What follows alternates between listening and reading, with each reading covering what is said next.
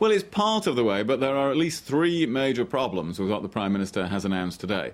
The first, very obvious one, is the real cynicism of waiting until now to announce this inquiry and then say that the government expects it to take a year, which all, of course, means that the result of the inquiry isn't until after the latest possible date for the next general election. They could have started the inquiry very easily, as we've often pointed out, at any time over the last year or two while we were disengaging from Iraq. Second problem is secrecy. I don't think any of us really envisaged that they would say that all the sessions would be held in private, in secret. I've said in the past that some of the sessions should be held in private, where intelligence on national security is concerned.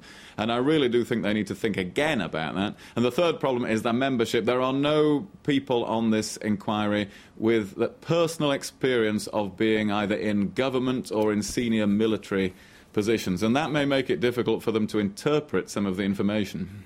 Worthless, then? Well, not quite worthless. I mean, it is important there is an inquiry. The people who've been appointed to it are good people. I take nothing away from that. That it is able to look at the whole period in the run-up to the war and afterwards and so on. So that all of that is welcome. But I think it won't command the confidence of the public and of Parliament unless the points that I've just referred to are dealt with, and one or two other smaller points. You know, the Prime Minister said that it was not the job of the inquiry to apportion blame.